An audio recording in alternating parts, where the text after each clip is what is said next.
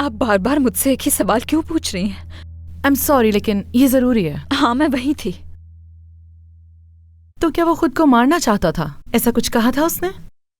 देखिए, मैं सब कुछ पूरी तरह नहीं जानती हूँ। उसकी एक दोस्त थी, उन दोनों के दरमियान क्या हुआ मुझे नहीं पता।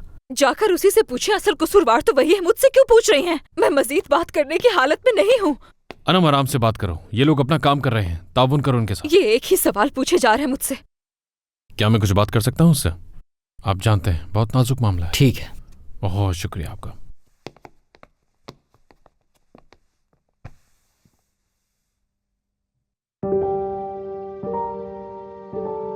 क्या तुमने पुलिस को सब कुछ बता दिया?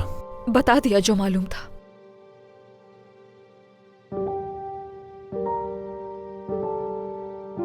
जब हमारी फोन पर बात हो रही थी तो तुमने मुझे क्यों नहीं बताया कि फरहत खुदकुशी करने वाला है?